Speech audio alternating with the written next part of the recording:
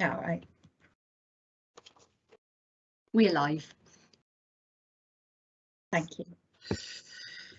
Good afternoon, colleagues. I'd like to welcome you to our March Cabinet meeting. I'm really pleased that we can all be here today for what is a really important meeting. So I don't believe we have any apologies for absence today. So we move on to the second item on our agenda, which is declarations of interest. Are there any declarations of interest? Yes, Leader. Yeah, declarations of interest on items 4 and 5 as a member of the board of EAS. And Leader, can I say the same, items 4 and 5 as the executive member for the joint executive group for the EAS. That's great. Thank you both very much for that. Now I move on then to item number 3, which are the minutes from the February Cabinet. And these are in pages 3 to 20 of your packs. So colleagues, you've all had an opportunity to read these papers. Is somebody happy to move them as a true record? Yes, Leader, prepared to move that. Second. Thank you. Now I do, unusually so, I do have an update in terms of matters arising from those minutes. So I'm really pleased to share with you colleagues that I'm delighted to confirm that Welsh Government has approved a request to change the scope of the overall Strategic Outline Programme funding envelope for the Council's Band B programme. This really is good news indeed, because as a result, a new £10 million project will be added to the programme to support works at St Andrew's Primary School to replace the Key Stage 2 building, which currently isn't being used as a result of some structural issues that were identified during the spring term of 2021. Now, officers in the Education Service will now work with our colleagues in Newport North to develop designs for a permanent solution on the site within this funding envelope, and with a view to Key Stage 2 pupils returning to the site from September 2023. In the meantime, we continue to thank Newport Live for enabling the ongoing use of the Connect Centre as a temporary site for pupils, and of course thank the school community for their ongoing support and resilience. I'm sure, colleagues, that you'll all agree this is an excellent piece of news, and like me, I'm sure you're all really looking forward to a time in the near future when the whole school can be reunited on one site. Now, I'm just going to pause there, and I know that was just an update on a matter arising, but I am sure that both the Deputy Leader and the Cabinet Member for Education would like to make a comment on that update. So, Deputy Leader. Yes, thank you, Leader. Wonderful news that we will again one day be back on one site. It is a logistical nightmare transporting all those pupils from one side of Newport to the other. And in saying that, I sort of a bit of a sad heart really about the building. It holds a lot of people's families' history. It's an iconic building on Corporation Road, and it will be a shame to see it fall. But the community spirit and the spirit of St Andrews lies within the pupils and the staff there, and the way the school has progressed is all testament to those people. So it is a shame the building will be demolished, but it will be lovely to see a brand new school for children of St Andrews and children of Liswerry, Corporation Road, etc., on that site. So it's glad to hear that news. Thank you. Thank you very much for that, Deputy Leader. Cabinet Member, would you like to comment on that as well? Thank you, Leader. Can I please echo the Deputy Leader's comments, but also to equally add my thanks to our senior officers who've worked incredibly hard on coming up with this plan and working with Welsh Government to enable them to give us this funding, which was wholly unexpected. And we are grateful that Welsh Government was sympathetic and listened to us, and were able to provide this additionality of 10 million, because it's something that we hadn't packed into our budgets, wholly unexpected.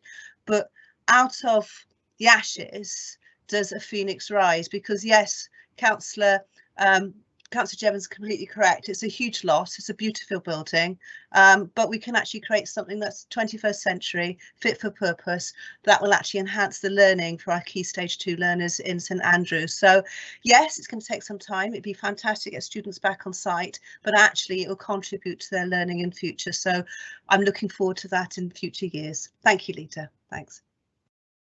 Thank you very much for that, Cabinet Member. And I think September 2023 is going to be a great year for education in Newport, isn't it? It really is. We've got a lot of projects that will come to fruition at that point. At this stage, I know that was only an update on a matter of arising, but I would like to thank both the Deputy Leader and the Cabinet Member for their continued support of the school, particularly the Deputy Leader for the support that he's shown for the school. So thank you both very much for that. We move then to the next item on our agenda today, which is the Education Achievement Service Business Plan for 2022-25. And this is available on pages 21 to 62 of the packs. Now, the Education Achievement Service are due to circulate the final version of this plan very shortly. And JEG members have agreed that the EAS should move to a 3-year business plan model with a detailed annual update for members to agree as per the requirements within the collaboration and members agreement. And I think we'd all agree that the shift to a 3-year business plan model will really help with the planning. Now, in addition to regular JEG meetings, senior EAS staff attend monthly quality assurance meetings with local authority officers, and these officers provide professional learning for school governors, which is advertised via the EAS. Now, Newport specific topics delivered during autumn 2021 and spring 2022 terms have included financial management responsibilities, safeguarding for designated governors and chairs of governors, managing pupil exclusions from schools and pupil referral units, supporting learners who speak English as an additional language, and supporting children, service children and military children in your school. And I am really pleased to see that particular training being made available. There's a universal offer of professional learning support available to schools in each of the following areas, so school improvement, leadership and teaching, the curriculum for Wales, health, wellbeing and equity, and school governors. Now, additional support is also available to schools, and this can be tailored to meet specific needs. Schools receive a set number of days to work with their school improvement partner and engage in a professional dialogue with the EAS and local authority to agree and or amend their improvement priorities and their support requirements. Bespoke support will also be available for schools who require that more intensive support, and that, for example, that could include more support from their school improvement partner or the use of a learning network school to school partnership. For Newport, the draft priorities are the development and implementation of the new curriculum, ensuring effective teaching and learning for learners with additional learning needs. ESTIN inspection recommendation 1, improve the overall performance of secondary schools. ESTIN inspection recommendation 2, reduce the variance in progress outcomes for learners eligible for free school meals and those not eligible. The ESTIN thematic review, so develop a coherent approach to improve progress in literacy, numeracy and personal and social skills of vulnerable pupils who are disproportionately affected by the pandemic. For example, those pupils who are eligible for free school meals. And ESTIN thematic review again, establish strategies to monitor and address the long-term impact of the pandemic on the physical and mental health of pupils. And colleagues, I'm sure that we're all fully in support of that, given the challenges that we experience around that. So at this stage, I'd like to pause and invite comments, and I'll move first to the Cabinet Member. Cabinet Member, would you like to come in there? Thank you, Lisa. This business plan, as you quite rightly say, is a move to a 3-year model, which will provide opportunities for strategic and long-term planning and equally spend. I very much welcome that fundamental to this plan is the intention to sustain a sensitive approach towards supporting our schools. It's positive that the plan has been devised following a process of consultation and visiting sessions. It's also important to note that it recognises that we have gone through a pandemic and that this has changed the way that people work, and it also acknowledges that change comes about in very much unexpected ways. So within the business plan, although it's been written for a 3-year period, it's acknowledged that where change occurs, the plan can be adapted so that schools can still be supported in an appropriate manner. It's pleasing, as the leader quite rightly says, that the EAS recognise that through the delivery model for the plan, which will be on a regional basis for each school, there'll be a bespoke approach to enable them to continue to improve. And the business plan makes it clear that all schools will be able to access a universal offer of professional learning support that will enable school improvement, leadership development, as well as supporting teachers and, importantly, supporting and developing and implementing our new curriculum, which is for Wales. There's also a focus on health and wellbeing, equity and support, of course, for our school governors.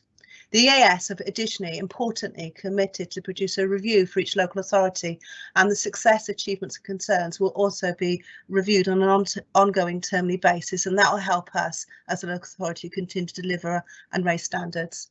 There's also so therefore, I, as a member of the Joint Executive Committee, we've already approved this report, but I'm happy to recommend as a local authority that we also agree to this. Thank you. Thanks, Leader. Thank you very much for that, Cabinet Member, and thank you for your support for that. Would any other Cabinet Members like to comment on this particular report before I invite Ed to speak? Councillor Harvey. Thanks, Leader. I can't find the raised hand function. I don't know where it's gone. It's just to say that it's really good to see that we have nearly 800 school governors in Newport alone. It's testament to those who are dedicated into looking after their schools, because it is quite intense being a school governor, as we all know. We're either governors or chairs of governors. The training is brilliant. I got no issue with it whatsoever, and I'm more than happy to support this, and just to thank all 798 governors. Thank you. Well, Councillor Harvey, what can I say? We echo your support for governors, and it's such an important role, isn't it? And thanks, as you say, to all of our volunteers who do that. I know that. Oh, Deputy Leader, would you like to come in there? Yes, thank you, Leader, and sorry for the short nose raising my hand, but I just needed to say, and although a board member, a very big thanks to EAS, and I mean, sitting on that board, I know the amount of consultation work, financial commitment, etc., etc. I can go on and on, that's put into that live document that works throughout the period of time. And I don't think just these few pages do it justice as how we work hard to make sure that that's delivered. So just a very well done to EAS, and echo the comments of the Cabinet Member. Thank you. Thank you very much for your comments there, Deputy Leader, and I'm sure that EAS will welcome those. Now, I can see Ed has joined us today. I'm absolutely delighted to welcome you, Ed, and it feels like an awful long time since we've been in the committee room in the Civic Centre, but I'm really pleased that you've been able to join us today. Is there anything that you would like to say on the report, Ed? The main things, thanks to you, Leader, thanks to Councillor Davis, Councillor Jevons for your comments and covering the report so eloquently and clearly.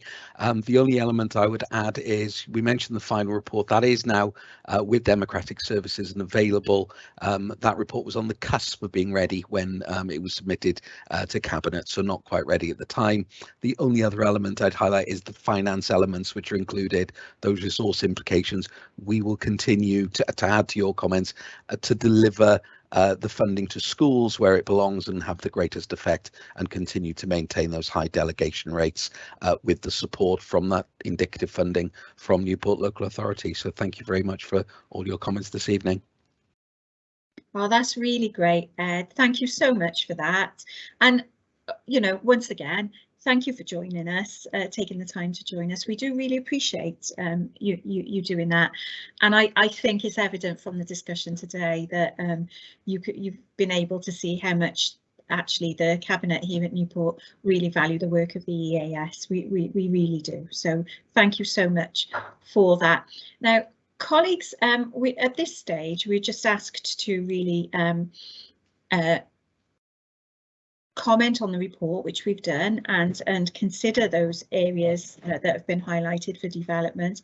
And I'm sure that we're all happy with that, and that we look forward to receiving the final report. So is somebody happy to move that? I'll move that, Leader. Thank you. Everyone content with that? Yeah. Excellent. Thank you very much. Now, shall we move on to the next item on our agenda? Item number 5, which also relates to the EAS, and this is available on pages 63 to 68 of your packs, and this is revisions to the South East Wales Achievement Service Collaboration and Members Agreement. So there's been an agreement, a collaboration agreement in place since 2012 when the EAS began. And what we're talking about today is a revision to the agreement 10 years on. And oh my goodness me, it feels really strange, doesn't it, to be here talking about this and say we've had this partnership for 10 years and look at what we've achieved during this period. Now, the agreement itself is an agreement between the Education Achievement Service and the 5 partner local authorities, Newport, Torfaen, Monmouthshire, Caerphilly and Blaenau Gwent. The EAS Company Board has requested an update to the CAMA as their funding model has changed over the last decade. Since the start of the EAS, there are now less core staff employed and a higher delegated funding rate to schools, and we've heard about that already. Now, legally, the EAS Company Board need to retain 50% of their responsible outgoings. The updated CAMA clarifies that any future EAS staff severance costs will be paid by the EAS if the funds are above their 50% of responsible outgoings. In the event that there are insufficient funds available, the 5 local authority partners will pay a portion of these costs. Now, this is a normal expectation of a joint funded partnership. What I can say, colleagues, is that the risk level is low as the EAS has significantly reduced contracted staff. Head teachers now act as school improvement partners, which supports school to school working and allows schools to income generate and retain more funds. And I'm sure we're all familiar with, as school governors, we're all familiar with our head teachers participating in this. Now, the Joint Officers Group, made up of a cabinet member from each local authority, has a role in evaluating the EAS staffing structures, and a specific contingency fund is set up in Newport to manage any unforeseen but agreed severance costs for the EAS should they be required. If one of the local authorities decide to withdraw from the EAS, they would be responsible for 100% of the associated severance costs. Now, this revised agreement is really important because it enables the EAS as an arm's length company to have financial stability without individual local authorities having to set up separate and expensive school improvement services. So today, colleagues, we're being asked to agree to a revised form of wording, and before we move to that particular proposal, I'd just like to open up to comments. Cabinet member, would you like to come in there? Yes, thank you, Leader. And whilst I have declared an expression of interest, I want to make it clear if it's appropriate that the CAMA is being reviewed and updated. The CAMA, as you quite rightly say, was originally agreed, was agreed in 2013 from the delivery of the model that the EAS was devised actually in 2012. But since then, the EAS functions and how it works has completely changed. And as you quite rightly said, there's been huge staff reductions with a greater reliance on head teachers and support from other schools, and which means that the current formula and the risks and associated risks have completely changed to what they were. It's clear that the current funding streams However, it's clear that the current funding streams would not cover costs in the event of staff severance costs if they were severe, if they would need to be incurred. So therefore, I support the recommendation that Newport City Council, as one of the 5 local authorities, would pay pro rata EAS employer severance costs that would remain after the company has actually used 50% of its previous year-end reserve balance, and they would pay the first portion of the severance cost. I would support that principle. Thank you, Leader. Thank you very much for that, Cabinet Member. Would anyone else like to comment on this particular item?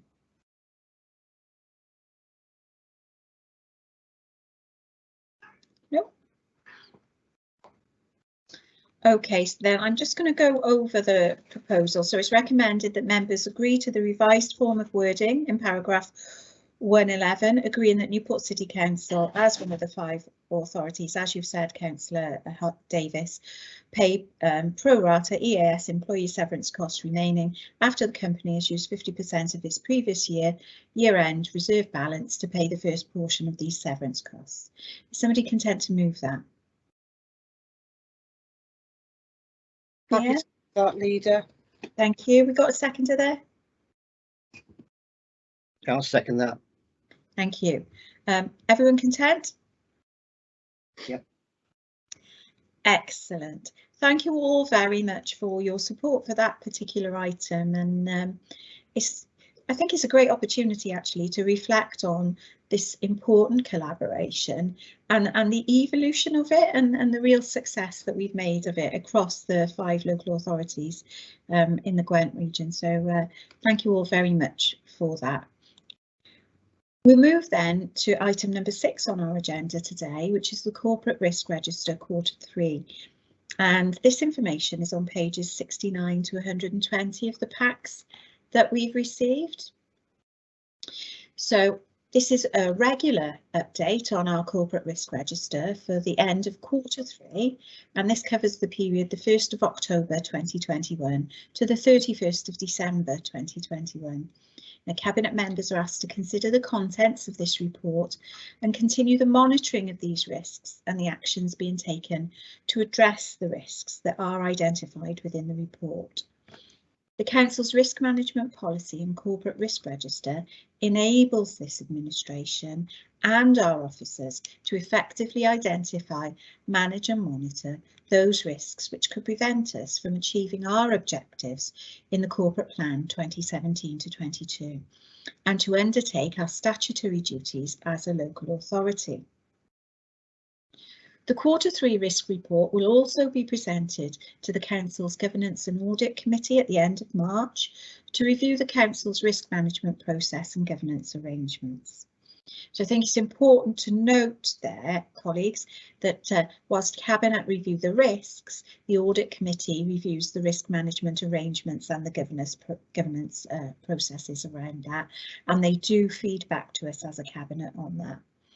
So just turning to look at the report itself then, in terms of a brief overview.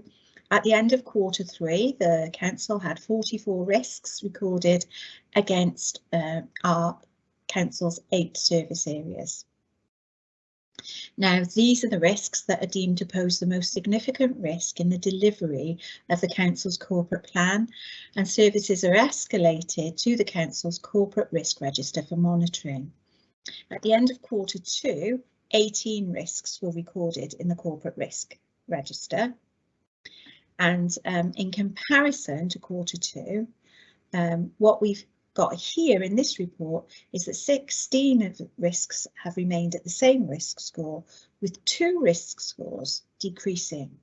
So in terms of ash dieback, since the Council commenced its programme of work to remove diseased trees, the risk score has reduced from 20 to 16, and the delivery of this work is assessed every quarter, and replacement trees are planted in Newport. However, it is something that we continue to monitor very closely indeed. Now, the other risk that has reduced, of course, is balancing the Council's medium-term budget. So the Council has received its 2022-23 funding settlement figure from Welsh Government, as well as indicative funding allocations for the following 2 years. The 22-23 settlement figure was more positive than anticipated, and the Council's budget for 22-23 has been approved. The overall medium-term financial plan is broadly balanced, but additional pressures could emerge and result in a budget gap. At this point, colleagues, I'd like to just pause and invite any comments that Cabinet members may have on the Q3 report on the risk register. Would anybody like to come in there? Councillor Davis. Okay, I just would like to speak about the two reds in the education risk register. Well, it's the main risk register, but the two reds that we've actually got. And the first one being the demand for Aln and Sen support. And this has been an ongoing concern in the last financial year, with the legislative changes that have been brought about through Welsh Government and the Aln Act. And alongside that is the increasing need for additional support that we're seeing in our schools. We know, for example, that more children are being diagnosed with being on the autistic spectrum. And the recent phenomena, for example, we've seen a marked increase of the numbers of children who are being diagnosed with a Tourette type symptoms, which have appeared since lockdown. These children need the additionality of support. I'm delighted to say, though, that as an administration, as a Labour administration, we have listened, and so our schools are. We've looked at our schools, and we have actually devised a fairer funding formula, which means that there will not only be increased funding, which will be protected. This will be used where we would expect to see those largest increases or decreases that's needed in funding, and this will stabilise or mitigate the risk of a deficit budget going forward in each school, and as we will see as a consequent transformation of the delivery of the ALN services. Equally, the other key risk for us is our financial services and our risk of deficit budgets within our schools, and the 8.1 million that we're able to invest in schools means that we're confident that our schools will be able to deliver an improved service, because that funding will be broken down and delivered to schools per pupil head. It's really, really positive times, and again, it reflects, as a Labour administration, we've listened to our schools, we've listened to our teachers, listened to our head teachers, and we're proud that we can deliver that. Thank you, Leader. Thank you very much for that, Cabinet Member, and we are very proud indeed that we've been able to invest in our schools. Deputy Leader, would you like to come in there? Yes, thank you, Leader. And again, really happy that the Ash dieback score is reduced from 20 to 16. And in saying that, there is still a lot of work to be done across that field, and the replacement trees are going for the diseased ones that are removed. But again, a big thanks to city services, a big thanks to the partners, the specialist partners that we work with within this field to remove these big trees, as we did in Cullion Road. None of us are immune from COVID, and in these hard times, it's really pleasing to see that we've reduced that score through the hard work and efforts of all those involved. Thank you. Thank you very much, Deputy Leader, and we echo your comments as a Cabinet. Councillor Cochrane. Yeah, thank you, Leader. It's the ones on social services I'd like to raise the point of the stability of the social service providers, pressure on adults, community services. And I've been in a meeting today. It's not unique to Newport. It basically comes down to staffing across Wales, even in the UK. And at the meeting today, we've agreed now as regional partnership chairs to write to the Minister to say about the problems and the issues we have in staffing, because we've got vacancies in our adult services as well as our children's services. And if you talk about dom care, yes, we've raised the rate now to the real living wage. It's helped, but when we're not aligned to the National Health Service in their budgets and their financing of their staff, an example we were given today was that they advertised two similar posts in health in Swansea, I think it was. 600 applied for the staffing in the health authority and 5 in the local authority, because there was the contracts were different, the wage rates were different. We can't compete with that, and so we're hoping that the Welsh Government will certainly get to grips with this, because it can't continue, and it's putting pressure on all those red areas there, because we haven't got the staffing, and it comes down to staffing whether we like it or not, and that's across Wales. That's not just Newport. Absolutely, Councillor Cochrane, and you've made a really important point there about the lack of equity in terms of those roles across different services, so particularly local government in comparison to the National Health Service, and that's really important that we address that. And actually, Cabinet Member, what I'd really like to do at this point, as you raise that the issue around staffing in social care, is just pause for a moment to give our thanks to our Newport City Council staff who work in our care homes. So I know that we've contracted for the domiciliary care providers, and that we've worked very hard to ensure that they receive the real living wage. But I really would like to reflect on the contribution that our care staff have made in our Newport City Council care homes, whether that's adult services or children's services, over the past 2 years, because their dedication has been absolutely outstanding. They've worked really, really hard, and I think it's really important that we recognise their contribution and really thank them for the efforts that they've made during this period. You know, the temptation, I'm sure, has been available to people to possibly move on to employment that is better paid, and I am so proud and pleased that our colleagues who are working in these fantastic facilities have shown their resilience, their commitment and their dedication to the service provision, and really and truly I salute them and their contribution to Newport. So I just wanted to take that opportunity really to emphasise that, and I'm sure you'd agree with that, Councillor Cochrane. Oh, totally agree, and it's nice to know that the new heads of service are here this evening listening to that comments. Thank you.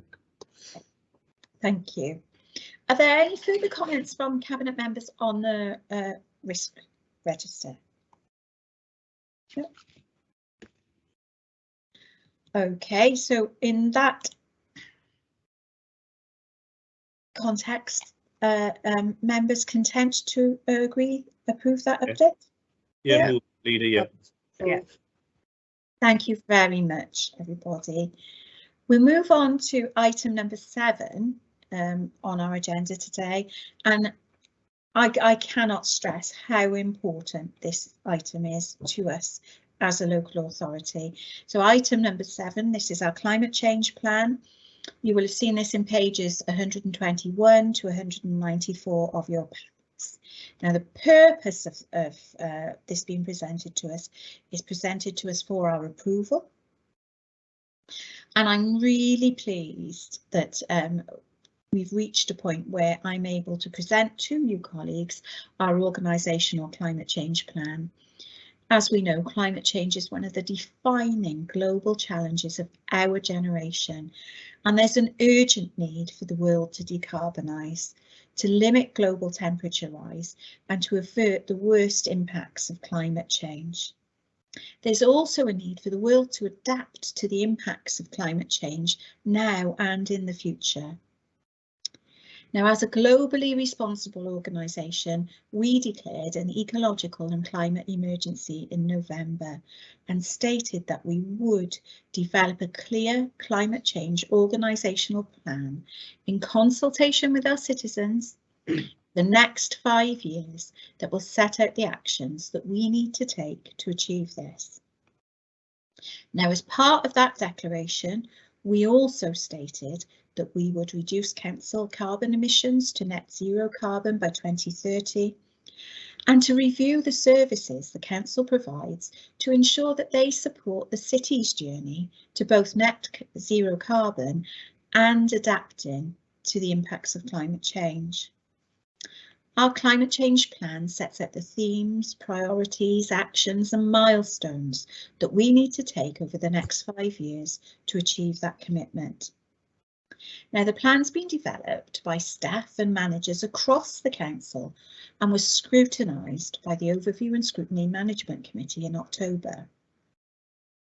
A full public consultation took place during November and December, where over 600 individual comments were received, and these comments have helped to shape the plan further.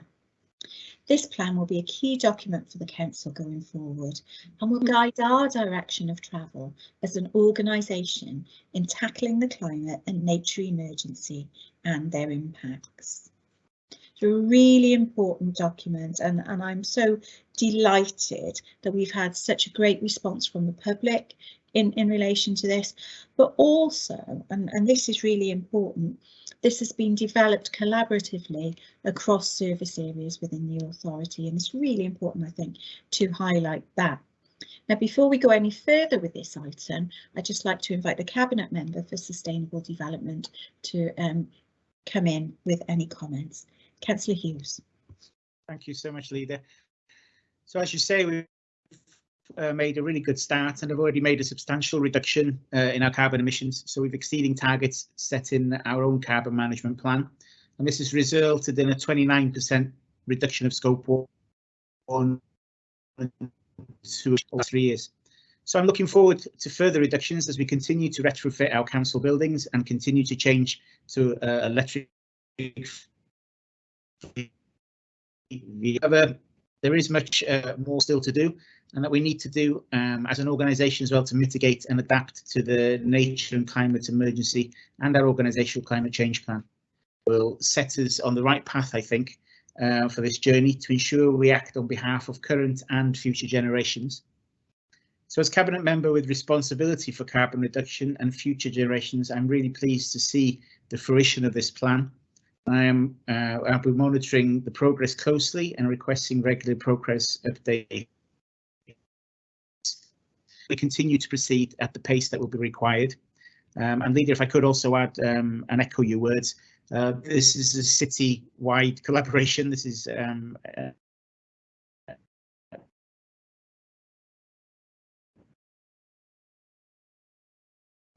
on Cabinet this evening, and the support I've had from yourself in ensuring really that we're meeting the challenges of the carbon reduction that we have to achieve and the climate and nature emergency. So really welcome support I've had. Thank you ever so much. Thank you very much, Councillor Hughes, and thank you for your dedication and diligence in driving this forwards. We really do value that. Councillor Davis, would you like to come in? Thank you, Leader. As the ex-Cabinet Member, I absolutely truly welcome the fact that we are now in a position to agree a climate plan for Newport. As the Cabinet Member in the late 2019 going into 2020, whilst quickly moving into an unprecedented pandemic, I was given a brand new portfolio where I was tasked by the leader to devise a plan to take forward, and we started with bare bones words and aspirations, and it's absolutely phenomenal to see the plan being published. And I want to personally thank Councillor Hughes for shouldering the burden and taking on the enormity and importance of this task. I'd also like to thank all the officers for their hard work, especially Tracy McKim, Emma Wakeham and the inimitable Ross Cunliffe, whose passion for delivering on carbon neutrality is truly empowering. Listen to him and you truly get it. It was wonderful to be part of this team and look at these, and it's wonderful to actually see these themes being developed and now being structured into a plan of action. My belief was, and still is, that the critical factor in addressing climate change at this local level is our acceptance of our corporate responsibility in taking this forward. We all have an individual responsibility, but what we do collectively and collaboratively will have more of an impact and positive consequences. So let's now continue to work together, not just to achieve carbon neutrality as a local authority by 2030, but so that we achieve the World Health Organization's or ambition of carbon neutrality as a city by 2050. And finally, I think as an administration, we actually need to call out Nigel Farage and his latest outrageous proposal for a referendum on carbon neutrality. This is dangerous and outrageous. This puts at risk of decimating any chance of a future for our children and will have an impact on inequality and poverty.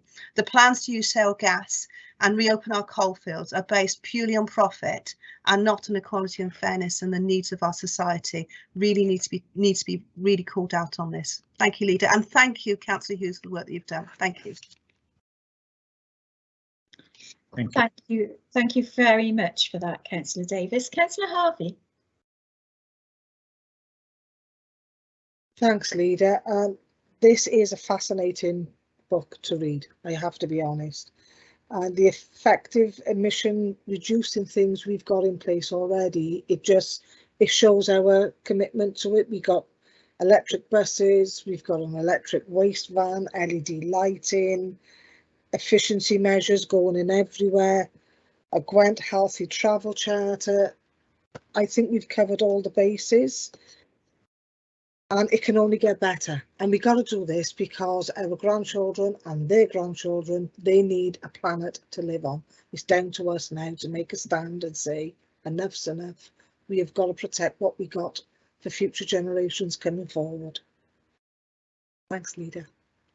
Thanks very much for that, Councillor Harvey. Councillor Truman. Yeah, thank you, Leader. As all the work that we do is very important. But this is up there with the most important things we do, because we'll be judged in future times. We'll be judged on what action we've taken to try and resolve the climate change position we're in at the moment. And this document does it for me. You know, it sets out the actions and issues that we've got to face over the next 5 years. And as I say, we've got grandchildren, we've got relatives will be coming after us, many people coming after us. And they're going to say, hopefully they're going to say, well, at least my grandparents or great grandparents or my uncle or my auntie did something about it. They didn't just talk about it, they've done something about it. And the world is crying out for action now. You can see it, you can feel it, and it needs to be done. And whatever we can do, we do. As I say, we want to leave this place in a better place than we found it. And that is what we should all remember. Thank you, Leader. Thank you very much for that, Councillor Truman. Deputy Leader, would you like to come in? Yes, thank you, Leader. I mean, it's a fantastic report, and there's a lot to come out of just out of climate change. Quite frightening things when you think about the storms and the floods that we're all experiencing lately. And as Councillor Truman said, what we leave for our grandchildren is very, very important. But even if we look at things like active travel, and we've put miles and miles, kilometres, whichever way you want to talk about, into Newport from the Gollers around the old Gare Fort to Coed Melin, from Cullean down to the Nisvy, including our new Devon Place footbridge, and the footbridge that now links Lysets Village to St Andrew's School, forming that loop around on the riverfront. It's a fantastic achievement, and now with bikes that people can use, with a new leisure centre and the bike storage that we'll have with that. But I'd also like to just make one point in regards to priorities under item 8 in the report, and that's the use of home to school transport in the future. We're on the road morning and evening transporting our children back and forth. And again, I don't know what the percentages are on that, but if we can move that to electric or hydrogen, whichever the case may be, and I know we're looking on that as part of the Cardiff Capital Regional Transport Authority that I sit on, that would be a fantastic achievement, because we're out there every day transporting our children without fumes on electric vehicles. So I think it's a marvellous project, great way to take it forward. Thank you. Thank you very much for that, Deputy Leader. Has anybody else got any comments on this particular item? You know, listening to the comments colleagues made there made me very proud indeed, because I think, again, this is about distance travelled so far, isn't it? And the progress that we've made as an authority, it's just been outstanding. And I was thinking Councillor Harvey highlighted all of the actions that we've taken so far, and what we've done to date. And I know that Councillor Davis mentioned issues around energy security and things like that. And I think it's really important, isn't it, at every level that we continue to work on this and do whatever we can, whether that's what we do as individuals, whether it's what we do collaboratively as an authority, or with our partners.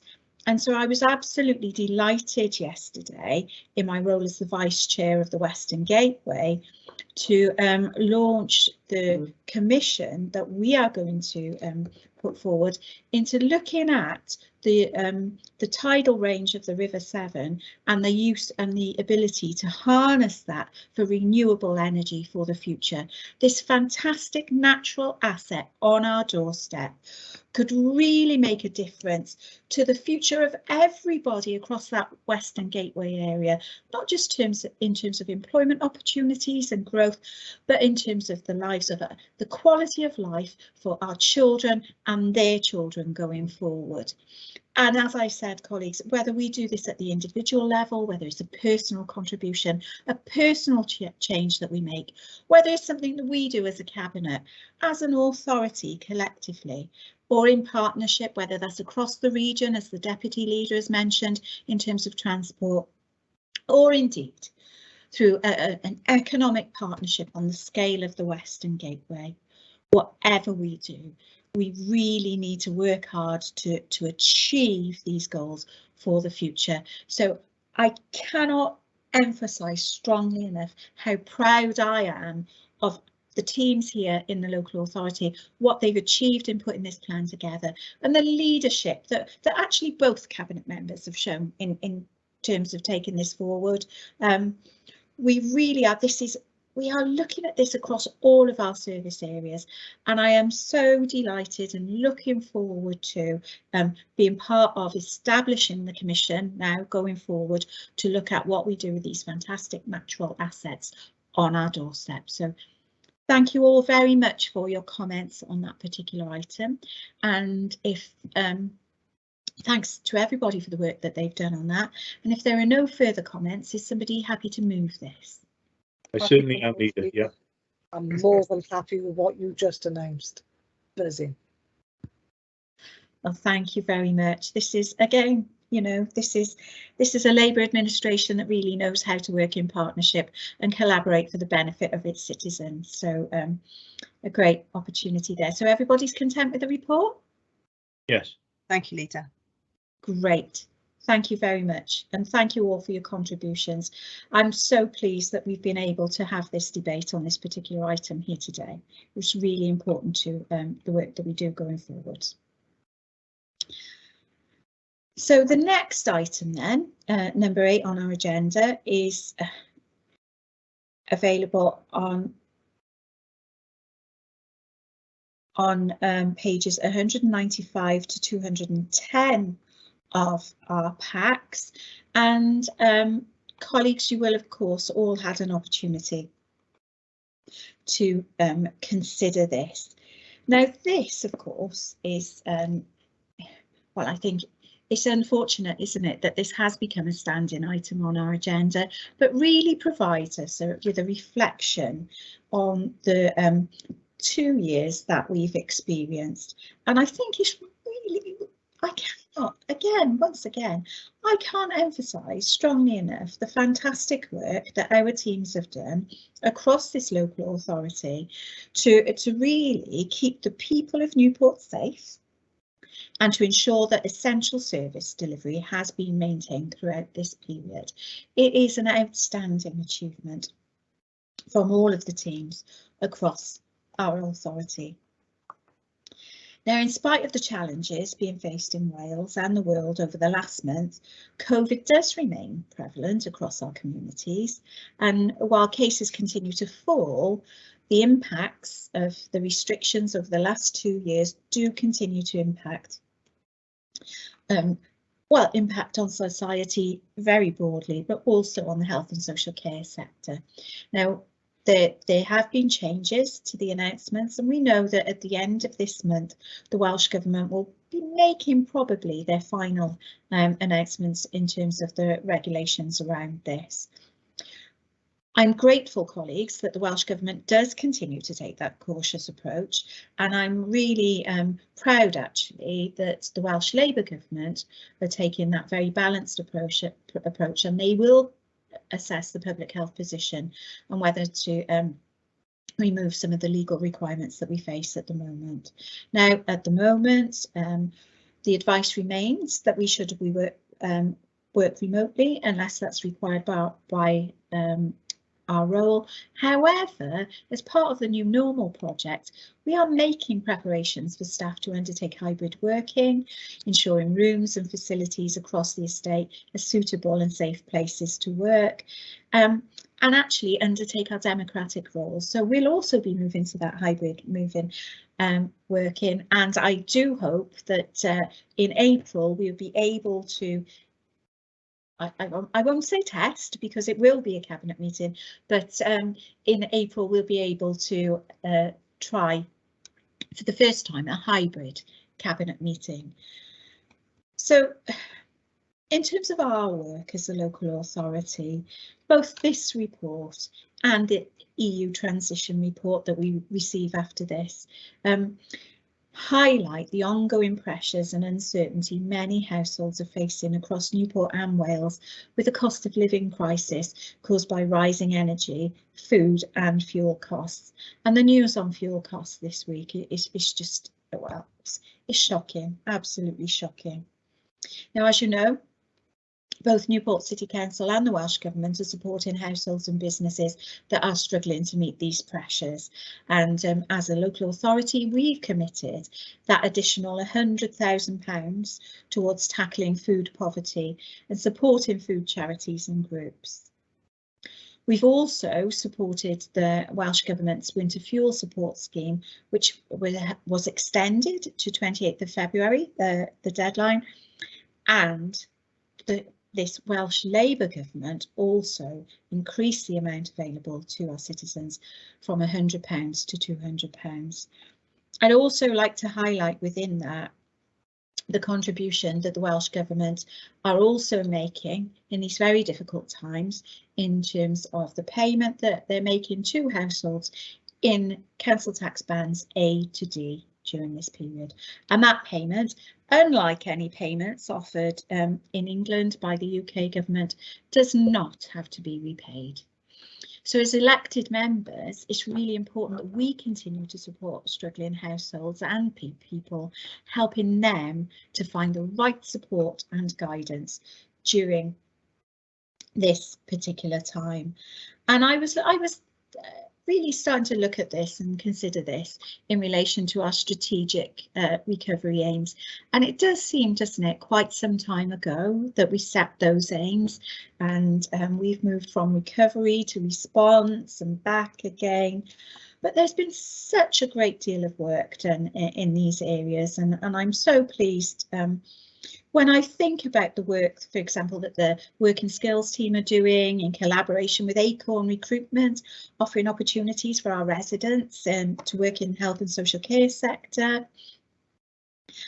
Delighted also to think about the how we've secured a 3-year Children and Communities grant funding to support our families across Newport, because we understand the pressures that they'll be experiencing.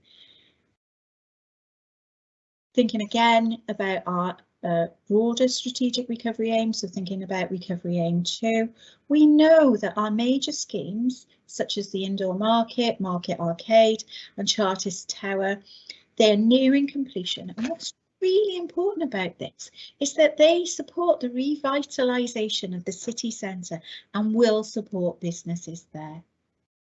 And I really cannot praise enough the work that has been ongoing across the city. I'm particularly proud of the participatory budget work that's been going going on, awarding funding to projects from across Newport, helping our communities to recover from the pandemic. There's such a great deal of work going on here in spite of everything, and we really should be proud of everything that's going on. Councillor Truman, would you like to come in there? Thank you, Leader. Leader, I don't want to get the chance to do it again, but I'd like to use this opportunity because, as you know, I'll be retiring from local government very soon, just to thank all the officers I've worked with over the years, and there are many, too many to even mention the names. We'd be here all night. But quality of officers in this authority is first class, and I've worked through many authorities, and they're first class. They look after members, and to top it all, they look after the people of Newport. But as I say, that this is your opportunity I might get to do it. But in regards to the trading standards, licensing, and environmental officers, even though the restrictions are being taken off now, they're still out there doing their advice and inspection work, and they're doing that, and as they have done throughout COVID, and they will continue to do now. But as I say, it's my opportunity, might be my last chance, just to thank all the officers I've worked with over the years, and they've been first class. And I say it's been a pleasure and an honour to represent the people of Allway along the way, as well as the council. So thank you, Leader.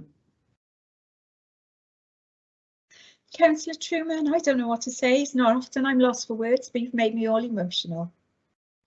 Can I just say that we really value the contribution that you've made to the City of Newport during your career here, and your dedication is really outstanding. And we will miss you, Ray. We'll miss you indeed. We certainly will. I'm going to move on now because you really have made me emotional there. So thank you for the leadership that you've shown. Actually, Bev, did you want to comment there? Yes, please, Leader, if I may I just say and take the opportunity, because obviously I wouldn't get this opportunity in full council, to thank Councillor Truman, and to thank also all members on behalf of officers who will, all members who will be leaving local government this year. You know, it's been an absolute pleasure working with all members who obviously will be retiring. So, you know, just a thank you as Head of Paid Service on behalf of all the officer team. Quite unusual, but I'm also very aware that many are retiring this year. So, but obviously, Councillor Truman is the only one in Cabinet this evening. So thank you, Councillor Truman, but thank you to all members. Thank you. Thank you. Thanks very much for that, Bev. Thank you very much for coming in with that point, and we know that the sentiment behind that is strong. So thank you very much for that on behalf of the officers. Councillor Davis, would you like to come in?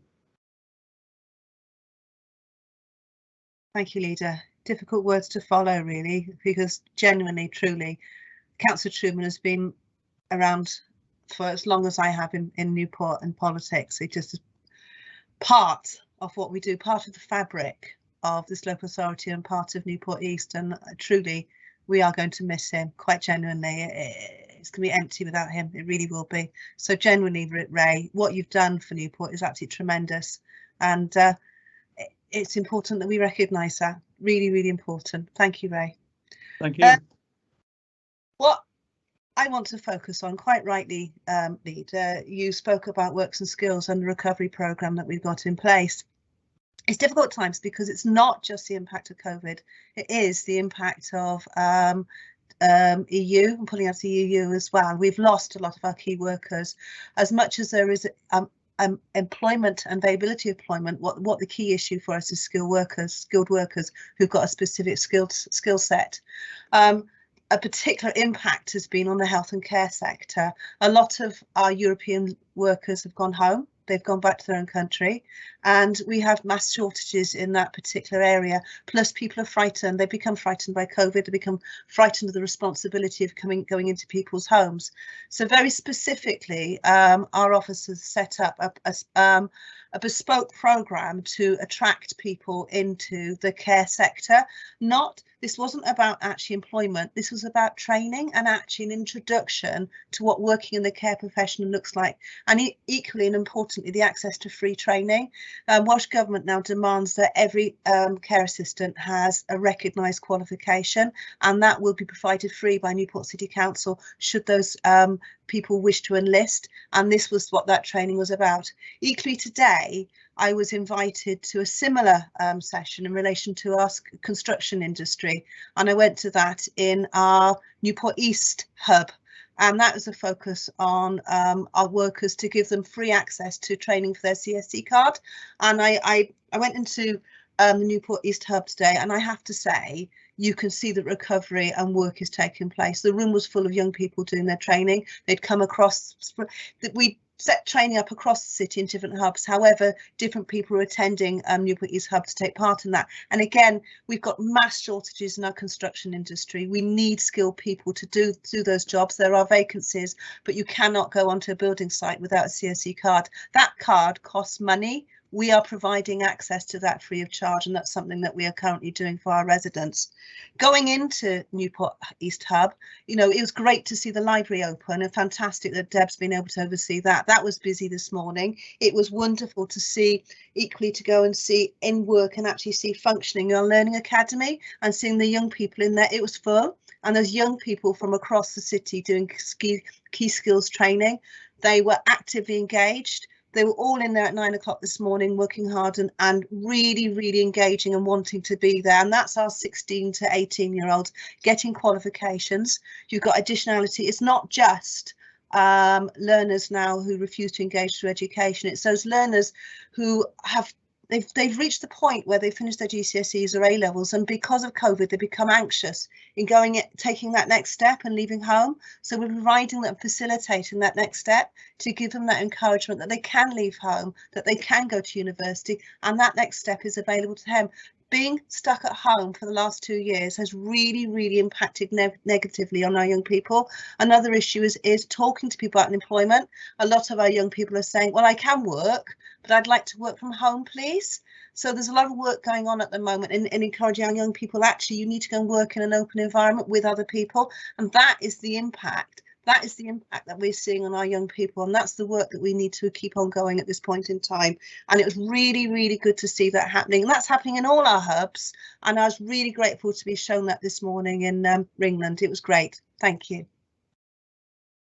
Thank you very much for that, Councillor Davis. Deputy Leader. Yes, thank you, Leader. Just on COVID, and perhaps the delta to the Omicron version and the drop in cases or the severity of the cases that we've seen from one to the other. There is still some people out there in our frontline services, social services, carers, refuse collectors, waste savers, etc., who are having to do these jobs and come into contact with many people. And then perhaps again with other residents that work within the city who have to go out and do these things, they have to go home to people who are perhaps vulnerable. And then they have to think about how they conduct themselves in their own homes with people that are vulnerable with them. So it's just to spare a thought for those people who are doing the job that they do very well on a day-to-day basis, and then have to go home to people that are perhaps vulnerable. And again, from not seeing people again, Ray, we were only a few offices apart and solved many problems on weekday mornings. But when we were sat together, maybe over a cup of tea or whatever. But you know, all the youngsters, and okay, I've been there 18 years now, but still a youngster if you like compared to you. Everybody needs a mentor. And I first started then with Councillor Critchley, who again is not going to be with us from May onwards, and yourself, and how much you learn and how much you take on board what people say to you. And it just sings volumes. So Ray, you know, I'll get the opportunity again to speak to you, and I will face to face. But thank you very much for your years of service to this council, to this cabinet, and to me as a mentor. Thank you, Ray. Thank you, Roger. Thank you very much for that, Deputy Leader. Councillor Harvey. Thank you, Leader. I agree with everyone's comments, of course I do. But I just want to say thank you. Ray, You're killing my street cred, right? I'm made of stone. What's wrong with you? I'm going to miss you, mate. No two ways about it, both you and John. You're going to be very hard acts to follow. We got 2 coming up and through. Hopefully they'll all take your seats. I love you guys, and I'm going to miss you. Same here, Deb. But we don't live far apart.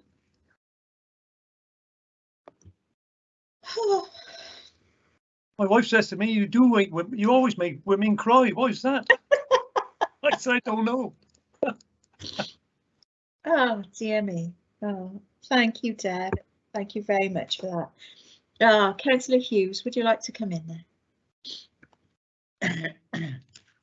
Where do I start?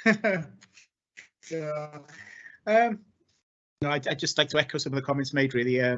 Ray, every single word you said since I've been a councillor has been what experience, and I've just really valued it, and very, very thankful for your kindness over the last 5 years. So just to add.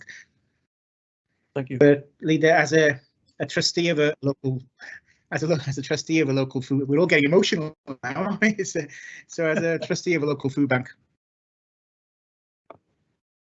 I certainly wish I have, really, and a post I wish we didn't need to have in society. I just wanted to sort of acknowledge the support given by Newport Council, really, in addressing the food poverty issue that we have, which has become an increasing problem, really, and especially the £100,000 that's been allocated. That is and will make a real difference, and it's already making a big difference on the ground. We're not the party that's created food banks for sure, but I'm really proud to be part of a Labour group that's addressing those issues and supporting the most vulnerable people in our city. So thank you, Leader. Thank you very much for that, Councillor Hughes. Councillor Cochrane. Well, Ray, I don't know what's going to happen, old man, because the pair of us, really, we joined in '83. Our early morning chats, just like Roger have said, really, and I don't think we've ever fallen out, Ray, have we, really, to be honest? And we worked together, actually, with Nash and Seren and Pobble, working with the homeless, and so we gained sort of a great friendship there as well. So clearly I'll miss you, and I can just, without repeating everything what everybody said, you're a nice chap anyway, and that's great. And you can always have a chat to you, and we've had some fun as well together. And I know when you were mayor, when we went to Heidenheim, we had a good time there as well.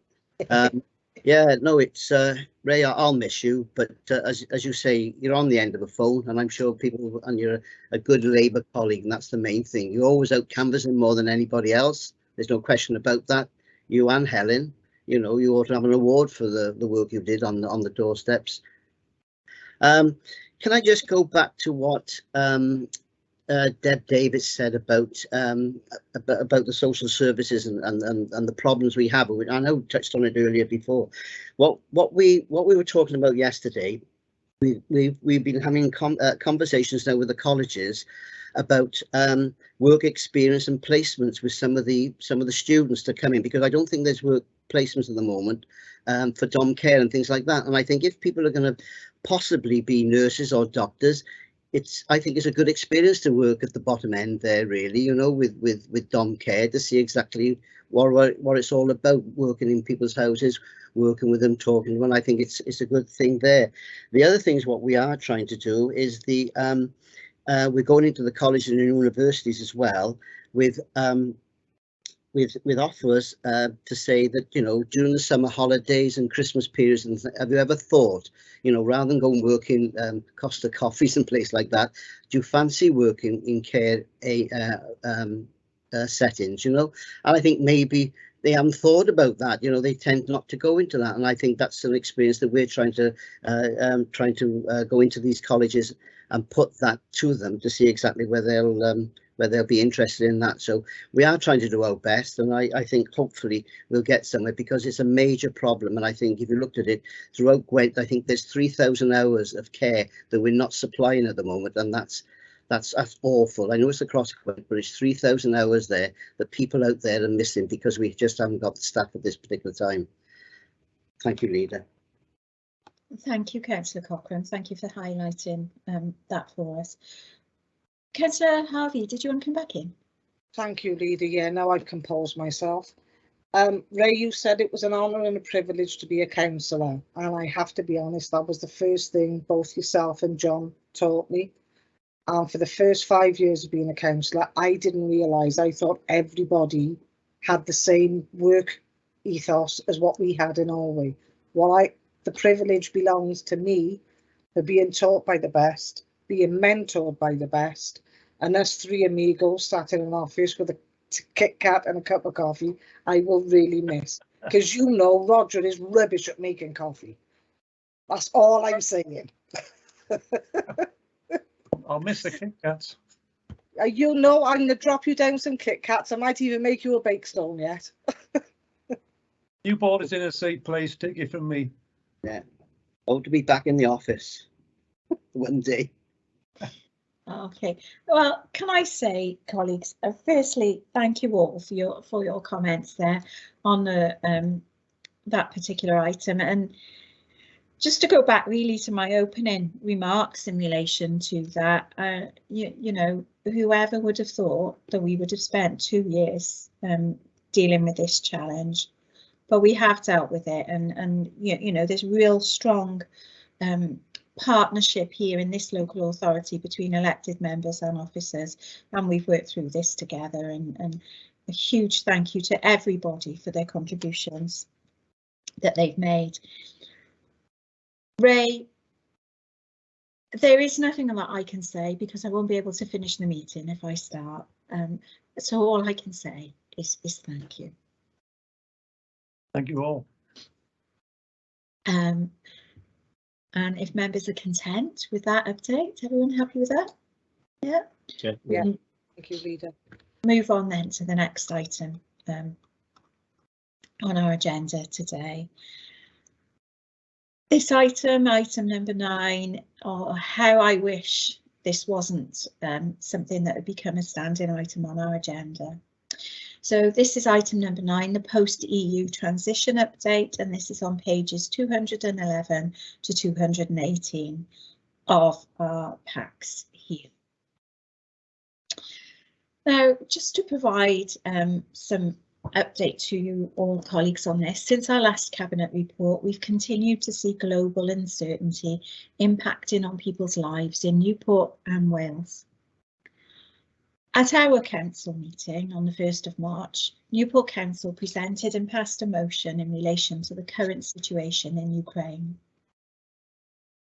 We are united across all parties in our response to the dreadful attack on Ukraine and its people. This is a heartbreaking situation for the Ukrainian people, many of whom are having to leave their homes to find refuge. But this is also concerning for Ukrainian citizens living and working in Newport and across Wales, for their loved ones and their country. Newport has a long and proud tradition of giving sanctuary to refugees, and we will do whatever we can to help those impacted by this unwarranted invasion. We are here, we are ready, we will do whatever we can to help. Now also, for our European and global citizens living in Newport, it's important once again for me to stress how much we value you as residents here. We value the contribution that you make to our society here in Newport, the contribution that you make towards making Newport a multicultural place to live, and it's this vibrant multicultural place that we share together. That is so important. You make such a difference to Newport, and we really, really value that. Now, colleagues, the Ukrainian conflict is just one of several global situations that is having an impact on the cost of living in Newport and Wales. The rising cost of energy, food and fuel is impacting on all households. but as we know, is having the hardest impact on some of the city's most vulnerable residents. Welsh Government and the Council are doing all that we can to support our households during this difficult time, and there are services available that can support and alleviate these pressures.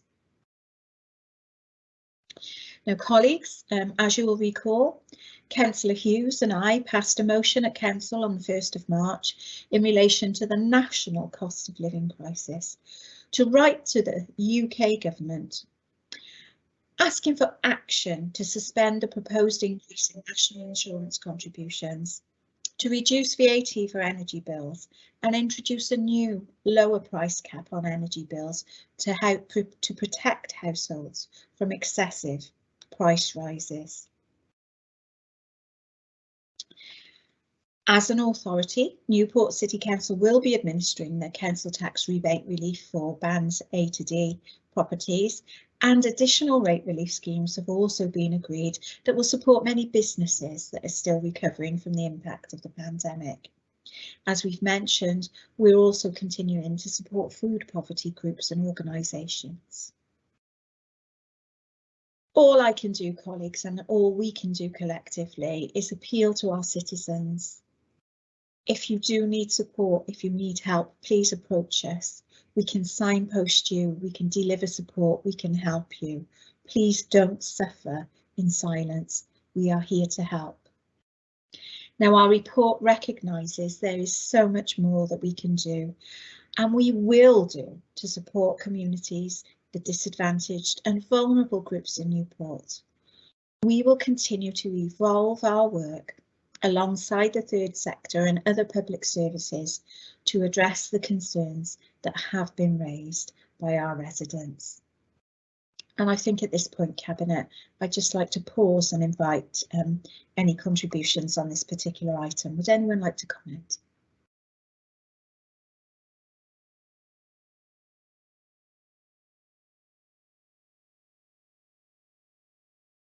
No comments? Councillor Hughes.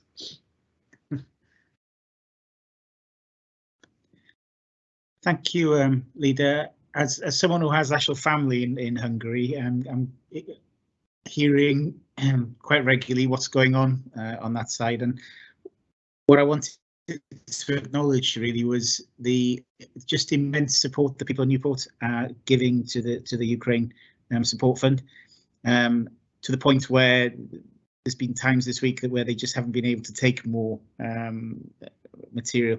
So it's just an acknowledgement of how, when the cry comes out, the people of Newport respond, and they respond as good as anybody else in the UK. And it's harrowing. I know we're all struggling with the visions that we have coming on the news every day, but the difference that Newport is making is just phenomenal, and I just hope people continue to have faith and continue to hope that we do the right thing. I know our city will do the right thing, and it's just that the parts of government decide to do the right thing as well. But I'm very proud really to be part of this city. So thank you very much. Thank you very much for that, Councillor Hughes. Councillor Harvey. Thanks, Leader. I just had a message from Newport Veterans Hub, who are actually loading up wagons with supplies for the Ukrainian people. And there is that much to load up. The wagon can't fit in the street. They are making a human chain so they can pass it box to box to person right the way down to fill the wagon. It just makes you understand how good Newport is when the chips are down. Newportonians are right there front and centre. It just makes me very proud to be from Newport. Absolutely. Thank you for those comments, Councillor Harvey. And you know, just reflecting on the situation, as you'll all be aware, we've repeatedly, as a Cabinet, said to our citizens across Newport, we are here to help. We are here to support you, our EU citizens. You know, if you do need our support, if you need our help, we really value you and we want to help you. And I am so very proud of our Polish community here in Newport and the way that they've mobilised and organised. What a great city we are and what great citizens we've got. So very proud of the work of our Polish community. But what I would like to say, colleagues, as we draw this item to a close, is that I'm very much aware that we do have citizens here who are from Ukraine. We have citizens from across Eastern Europe, but we also have citizens here in Newport who are from Russia.